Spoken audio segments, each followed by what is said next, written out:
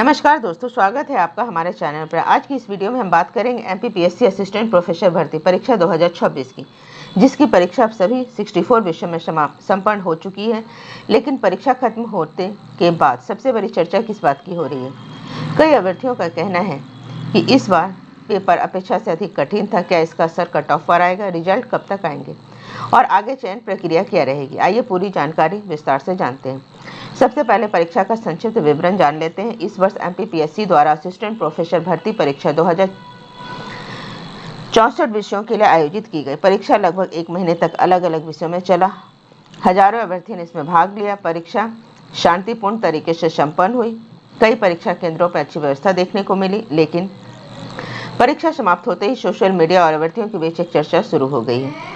इस बार पेपर काफी कठिन था। अभ्यर्थियों ने क्या कहा, चलिए जानते हैं। प्रश्नों का उत्तर पिछले वर्षों की तुलना में कठिन था। कई प्रश्न सीधे नहीं थे, बल्कि कॉन्सेप्ट बेस्ड थे।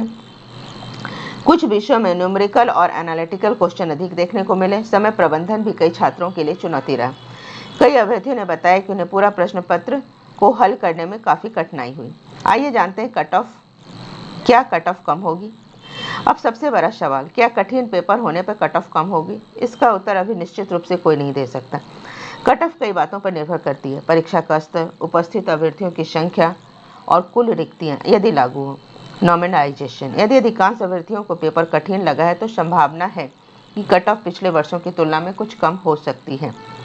लेकिन अंतिम निर्णय एमपीपीएससी द्वारा जारी परिणाम के बाद ही स्पष्ट होगा। रिजल्ट कब आएगा?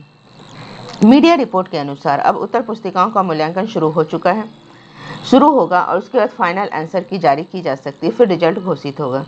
यह प्रक्रिया सामान्य गति से चलती है तो लगभग 30 से 45 दिनों में परिणाम आने की संभावना मानी जा रही है। हालांकि अंतिम तिथि केवल एमपीपीएससी की आधिकारिक सूचना से ही तय होगी। अब अभ्यर्थियों को क्या करना चाहिए? यदि आपने परीक्षा दी है तो ऑफिशियल वेबसाइट पर नियमित जरूर नजर रखें। आंसर की जारी होते ही अपने उत्तर में लाएं।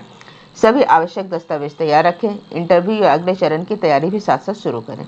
तो दोस्तों, एमपीपीएससी असिस्टेंट प्रोफेसर परीक्षा अब 64 विषयों में संपन्न हो चुकी है। लेकिन पेपर कठिन होने के कारण अभ्यर्थियों की चिंता जरूर है। लेकिन अंतिम चरण कट ऑफ और रिजल्ट आने के बाद ही स्पष्ट होगा। आपको क्या लगता है, इस बार कट ऑफ बढ़ेगी या घटेगी?